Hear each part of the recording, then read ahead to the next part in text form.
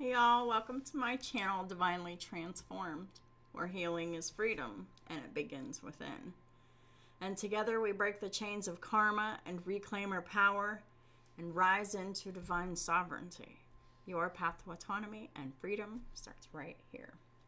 Welcome or welcome back to the channel, whichever the case may be. I'm so glad that you could be here with me today for my special presentation on a karmic case study I decided to do on P. Diddy. Because, why not do his birth chart, right? And it's a cautionary tale. It really is. I found it to be extremely interesting. So I thought that I would present Diddy's birth chart as the cautionary tale that it is, so we know what not to do going into the new year. So, with all that being said, I want to preface this by saying that this video is not seeking to determine his guilt or his innocence in his legal troubles, his legal stuff that he has found himself in. And so this video does not seek to find his guilt or innocence. This video is not about and it's not an expose, but it definitely is an example of what not to do. Before I get started, there is no actual birth time recorded for Diddy. So my birth chart reading is based upon my impression, my psychic, and my intuitive impression of what his rising sign is. And I feel him very strongly as a Capricorn ascendant. So we are working with the approximation of 11 a.m. to 1 p.m. window of birth time for P. Diddy. And therefore, it approximates at the start of the cusp at 11 a.m. And this is the birth chart. All the other birth charts out there that are available to the public, none of them have a rising sign or the correct rising sign. This is the chart. And I will go through this by house. So before I get started, P. Diddy was born on November 4th, 1969, around 11 a.m. in Harlem, Manhattan, New York.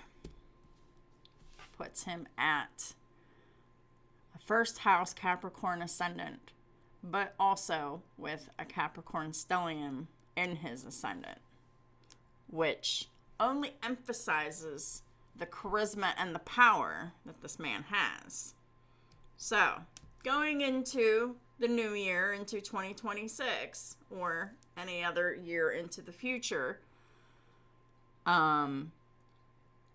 this is talking about what power without doing inner work, how it becomes a liability. So let's talk about his first house Capricorn stellium. He has 29 degrees Capricorn Mars, which is late degree Mars, He's got Ceres and Aquarius in the first house. He's got Juno and Capricorn. And he's got Pallas and Capricorn. So the first house is all about P. Diddy's identity, his behavior, and how he shows up in the world. And as a Capricorn rising, with multiple placements of Capricorn in that rising, as well as that Ceres in Aquarius. But as a Capricorn rising, he has a public persona shaped around discipline, power, ambition, and control, and projecting authority. Capricorn rising individuals often develop early as a sense of needing to prove themselves, creating pressure to perform, to build, and to dominate. And with everything that we know about P. Diddy publicly, this all fits. He has his Mars in the first house. That is something that I have in common with him, except I have Mars in a different sign in my first house. But Mars is at its most exalted in Capricorn, and he has his Mars in Capricorn at late 28, early 29 degrees. And Mars is exalted in Capricorn as exceptionally strong willpower, someone who has great stamina and great ambition. In the shadow, this becomes over control, harshness, force, intimidation, or using power to engineer outcomes.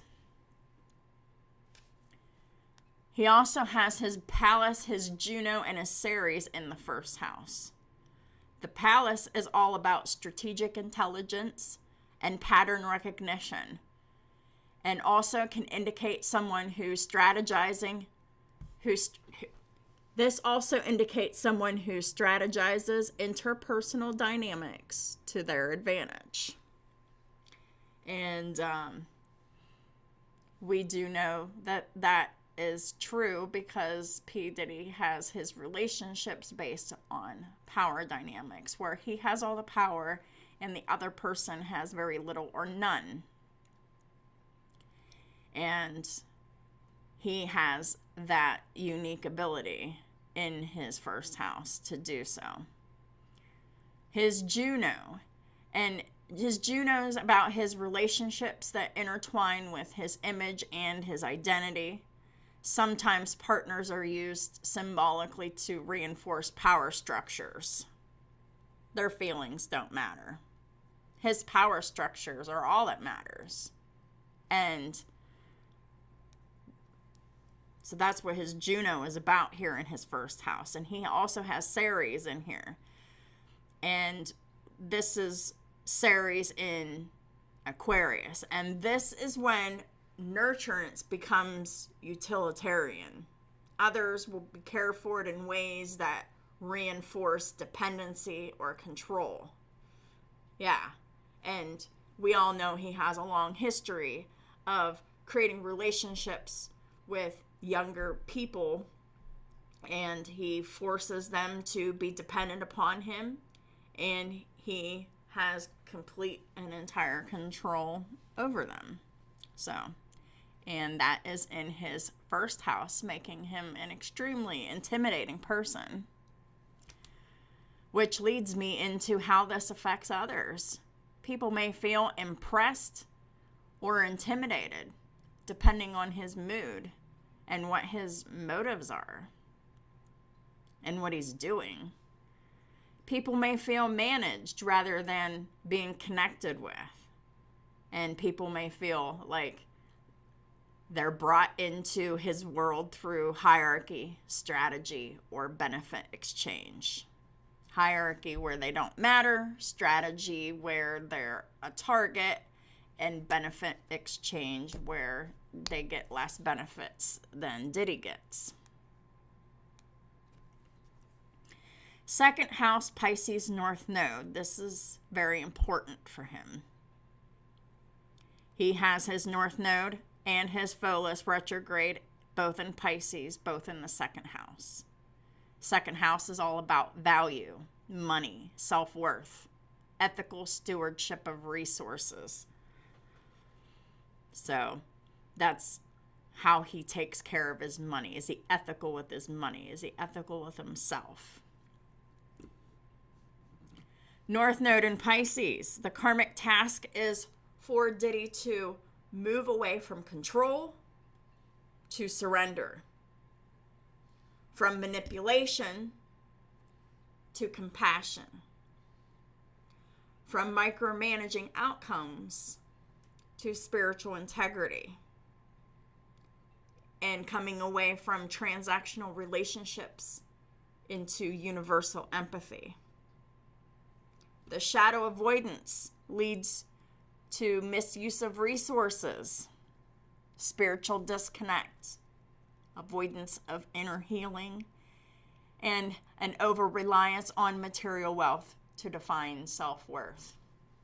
And that's what got him into this whole blunder that he's in.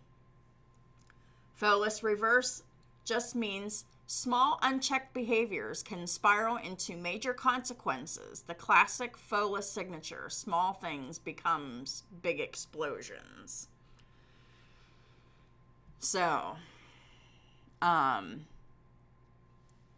eventually, the Pholus here it guarantees North Node activation, but it does not guarantee continued North Node integration, just the activation. And that North Node in Pisces literally means surrender or the universe will make you. That includes incarceration. Because Pisces, the 12th house, it has to do with incarceration and hospitalizations as well. So, next we have the 3rd house, and Diddy has his Aries and Chiron retrograde in the 3rd house. And the 3rd house is all about communication, early learning, siblings, and his immediate environment. With his Chiron and Aries in the 3rd house, he has a deep wound around his identity, his anger expression, and around being vulnerable, which if Diddy, uses this experience of this incarceration to heal him, we should see Diddy being vulnerable whenever he gets out. Because that Chiron, that deep wound in Chiron and Aries can produce hyper-independence. Yeah, he's a hyper-independent guy, and he wants to make people dependent upon him. That's a power move. It produces overcompensation, and it produces dominant communication style. So, one of the key things that we will see whenever Diddy's healed, if he chooses to do so, is his communication style will change from being dominant to more healed. This wound can project outward, affecting his communication and interpersonal tone. But if he does heal that wound, those wounds around his identity, his anger expression, and around being vulnerable, he will absolutely speak on it. And that's how we'll know if he's changed. He will speak on that publicly. His 4th house is in Taurus. He has his Imam Quelli in Taurus and his Saturn retrograde also in Taurus in the 4th house. 4th house is all about his roots, his feelings, his inner foundation, and his family conditioning, his background. That Saturn retrograde in Taurus, this has karmic themes of scarcity, emotional deprivation, control issues rooted in childhood instability, and difficulty trusting others. This is what he experienced early in his life. And this is what he's so desperately avoiding. Saturn retrograde indicates unresolved ancestral patterns around value, security, and emotional expression. Saturn retrograde also shows where his father was not present because his father had passed away very early in Diddy's life. I don't even think Diddy really even knew him or had a chance to know him at all. And so, he had experienced a lot growing up and quickly. Taurus energy seeks stability, but may rely on materialism or control instead of emotional grounding in order to run away from the past karma, to try to keep that from happening again. It's not the right way of going about it, but it's a problematic placement. In his 5th house, he has Gemini in there. He doesn't have any personal placements in there. The 5th house is all about creativity, pleasure, and ego expression, as well as joy. It represents children and pets. So when Gemini is in the 5th house, it makes pleasure intellectualized or compartmentalized, often living double lives or managing different identities. When the 5th house is empty, when there's no natal planets in there, it means that lessons show up through transits, not natal planets. So different transits or different periods in the future that brings the lesson. His 6th house is in Cancer. His doesn't have any personal planets in there. The 6th house is all about his health, his routines, what he does for work and service. So Cancer here indicates emotional rhythms deeply affecting daily life. The empty house of the 6th house means that Cancer colors behavior but with less obvious structure. The potential shadow side of Cancer of the 6th house is inconsistent routines or emotionally reactive habits.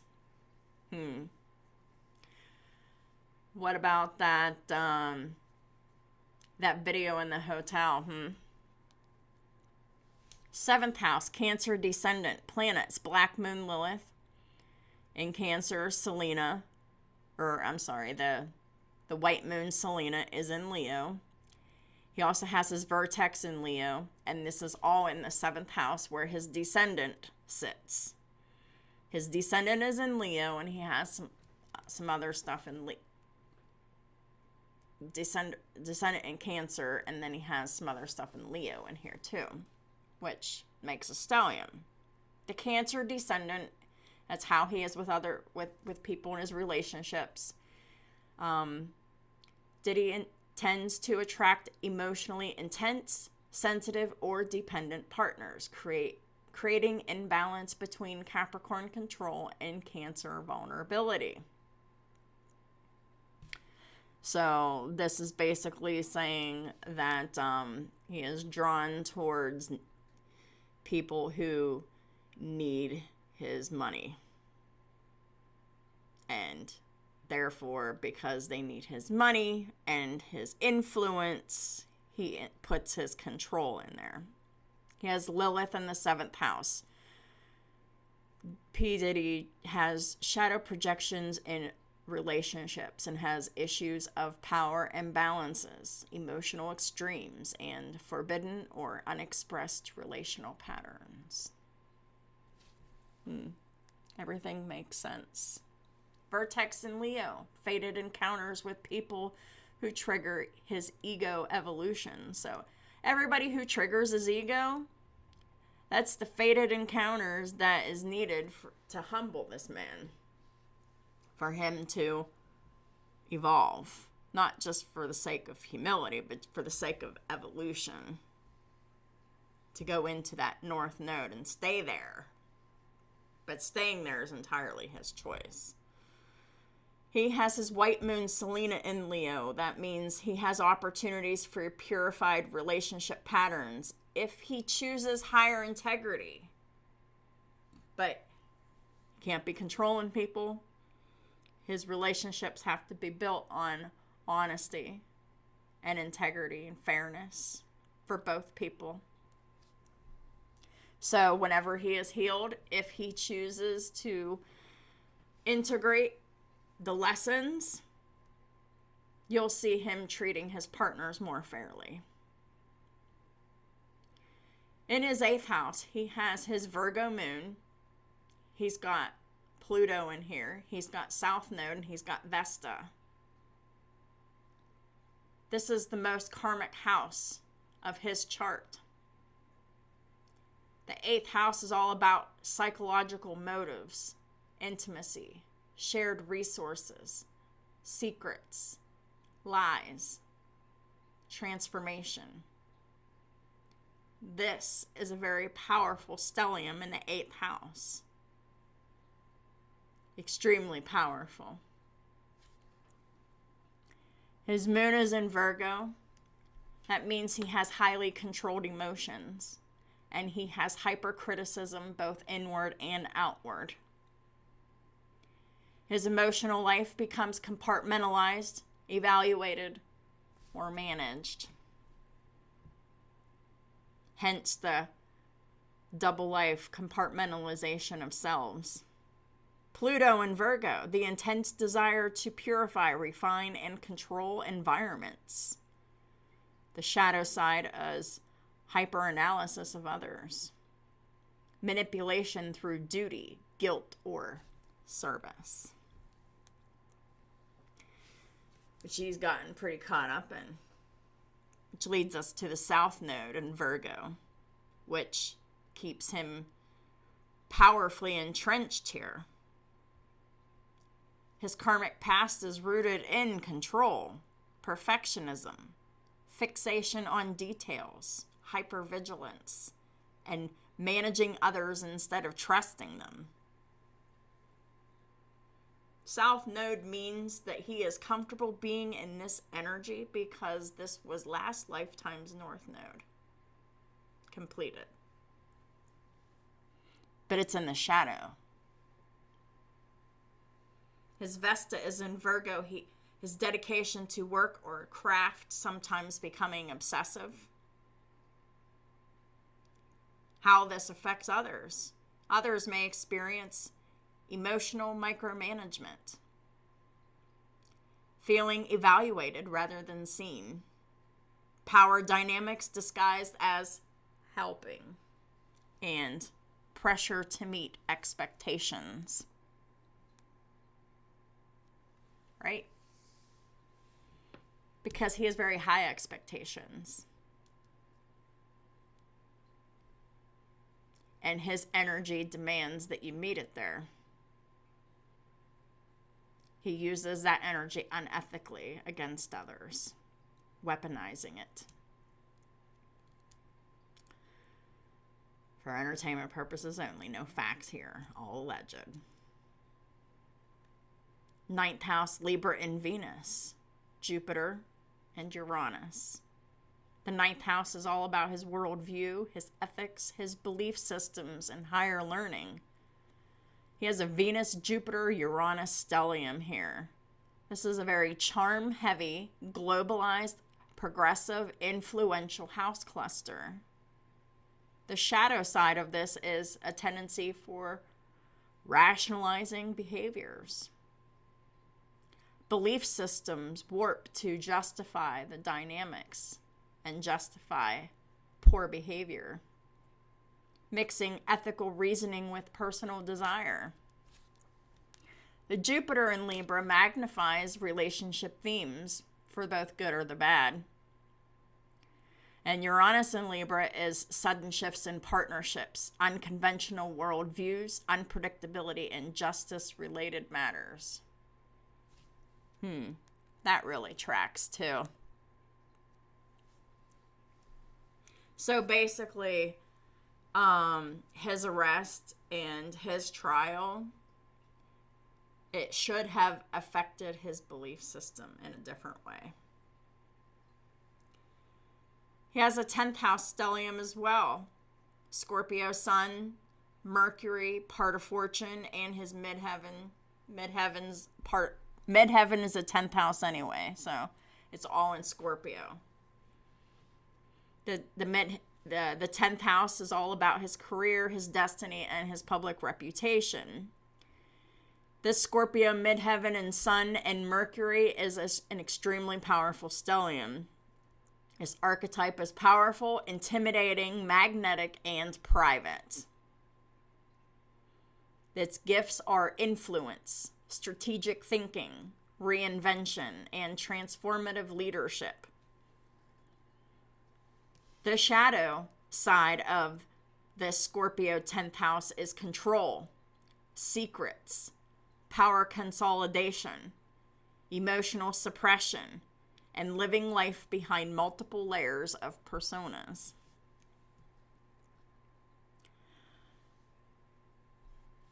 The 11th house, Scorpio Neptune. 11th house is all about networks, community, fame, the people he knows, the public. Whenever Neptune is in the 11th house, it indicates myth building and a self-created image. He has a self-created image that he projects to others. And it is not the reality of the man. That public projection does not match that private reality that he projects. The shadow side is illusion, fantasy, escapism, and disguised motives. He has 12th house in Sagittarius. He doesn't have any personal planets here. The 12th house is all about his subconscious, karmic inheritance, hidden behavior. When Sagittarius is in the 12th house, it means that shadow beliefs may go unchecked. And that's what happened for him to get where he is. When the 12th house is empty, it means that transits tend to bring hidden truths to the surface later in life, which has absolutely happened. So there's the problematic patterns. I'm going to go through all of the problematic patterns in a concise form. So number one, the first problematic pattern is his 8th house Virgo stellium, Moon, Pluto, South Node, and Vesta, which causes emotional control, hypercriticism, power dynamics, micromanagement, and difficulty trusting others. The second problematic pattern is that Capricorn first house cluster. That's first house stellium in Capricorn.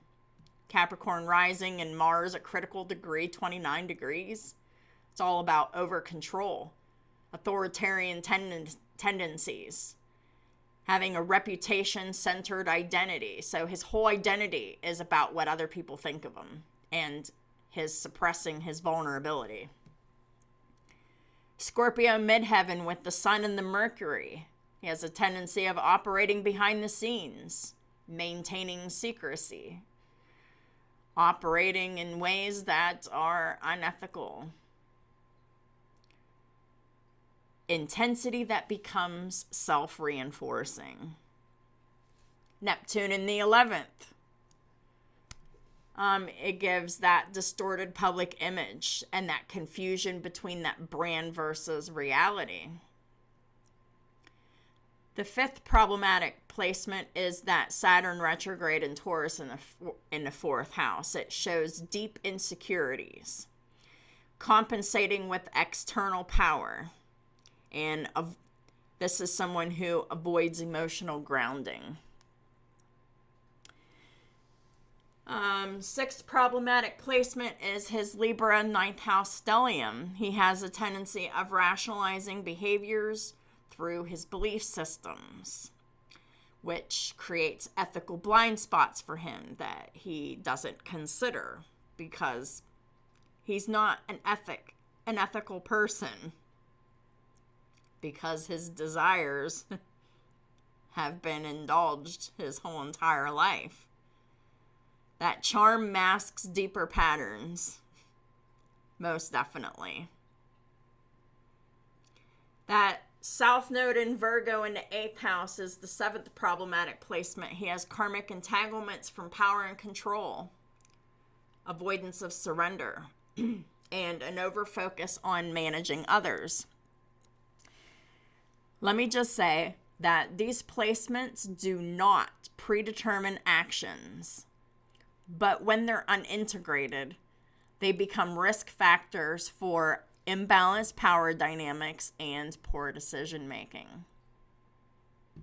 But with what the public already knows about Diddy, this is very telling.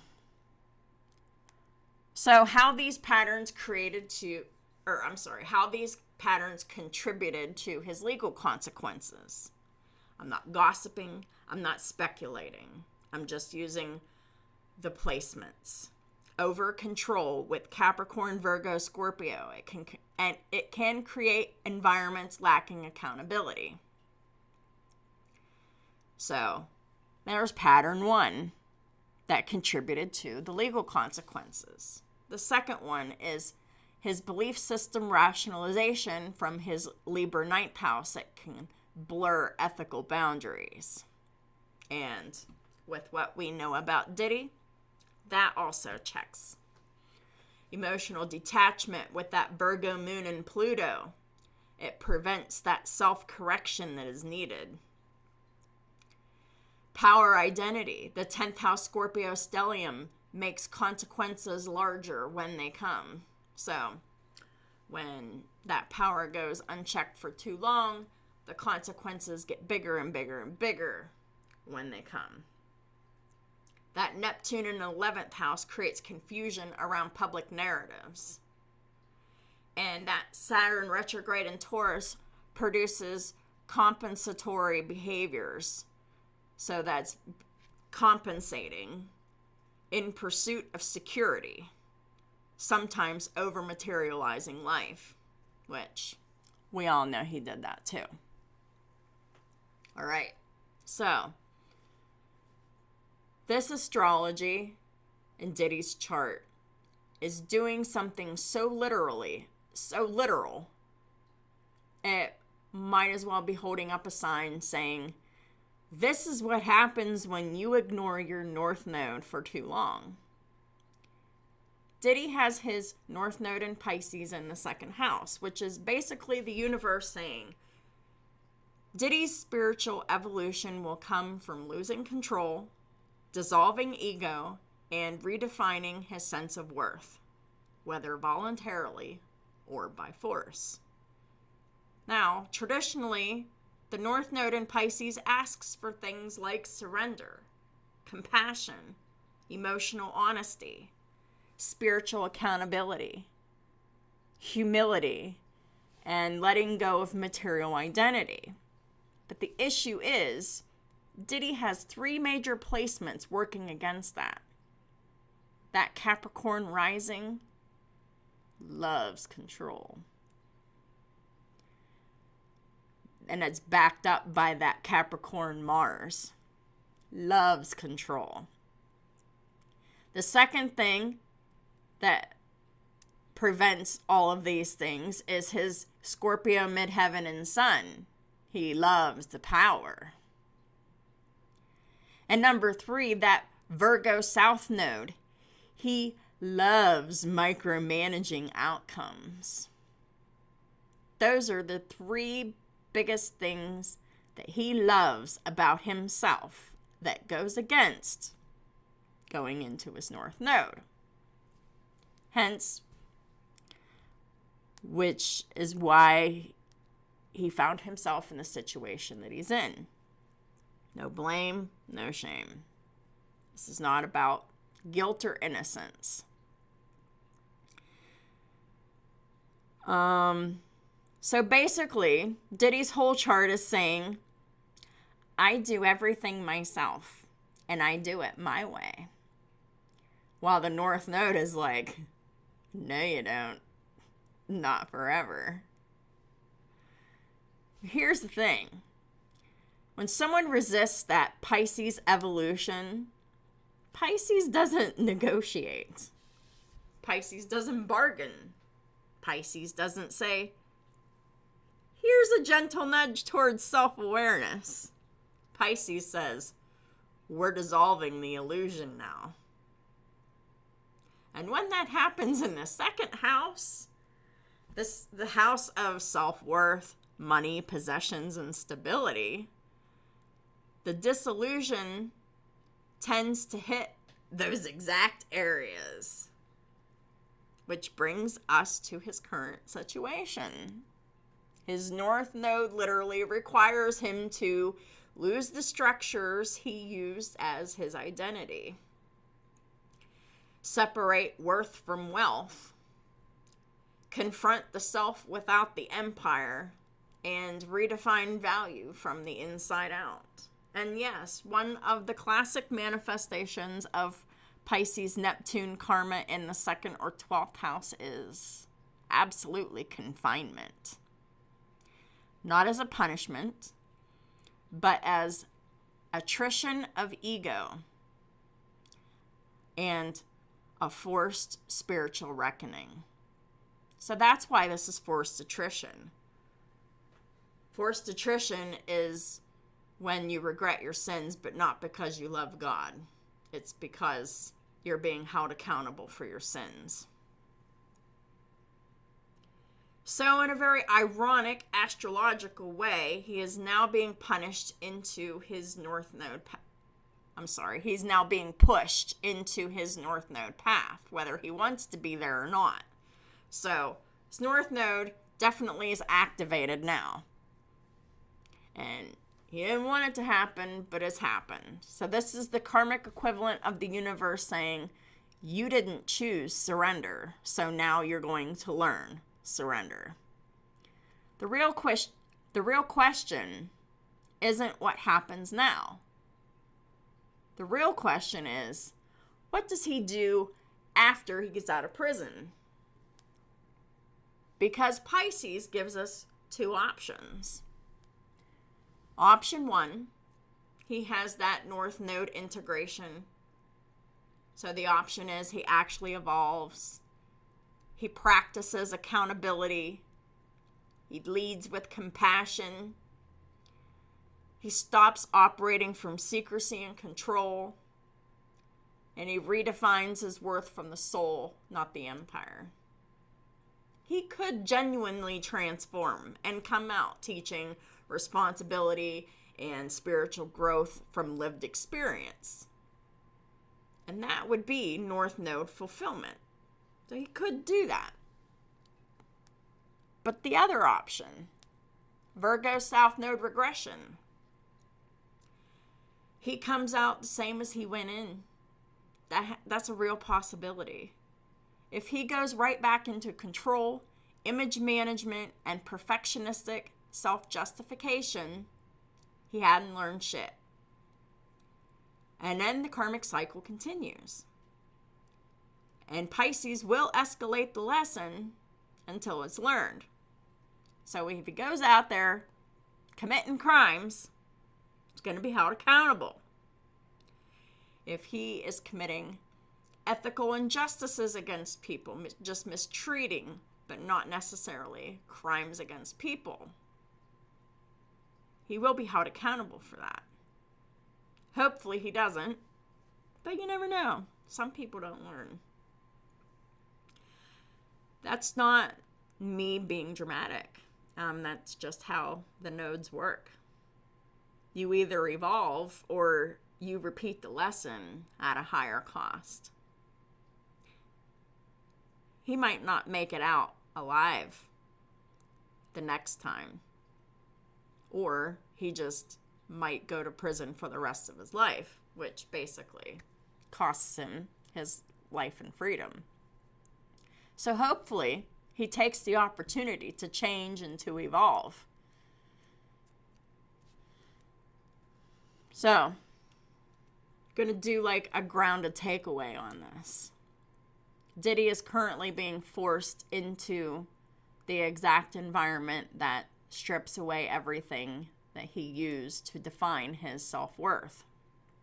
It's not accidental. It's not incidental. This is North Node in Pisces, second house, running the show now. Whether this becomes a true spiritual transformation or simply a timeout, that depends entirely on him.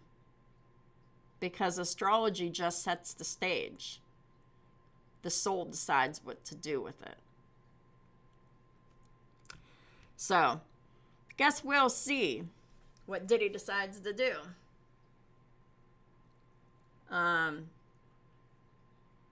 Only time will tell. But we'll know if he's learned his lesson or not. Not going to do a tarot reading on Diddy. I don't think it's necessary. I feel like the most important message is this cautionary tale. Don't ignore your lessons until your lessons are forcing you to learn them. Because that's what this is. And Diddy's like the poster child for everything that you don't want to do, you don't want to be, you don't want to be mixed up in. And so, let's just take the opportunity to learn from Diddy's mistakes in an entertainment, lighthearted way, grounded and non-salacious way. And we get to see through the extremeness of his experience and his chart and all that stuff. Just how important it is to stop your cycles, because this is a more elevated and extreme case. And but it doesn't take away from the absolute necessity of evolving, growing, and healing. Not engaging in relationship dynamics that are